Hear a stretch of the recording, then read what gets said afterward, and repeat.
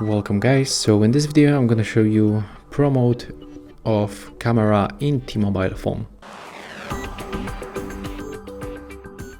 So first of all, to open this pro mode you have to go for the more modes and tap on the pro button. Right here we'll find a lot of parameters that we can adjust. At the first we got the ISO that we can use, that we can adjust with the slider. You can adjust this option manually or automatically by going for the first option. Another feature is the white balance. As you can see, it changed the temperature of the photo, of the preview actually, and also we can stay with the automatic adjustment.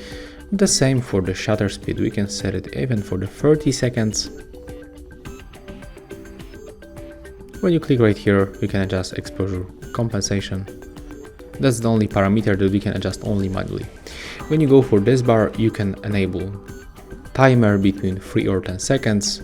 You can enable the flashlight, change the aspect ratio, or change the spot metering.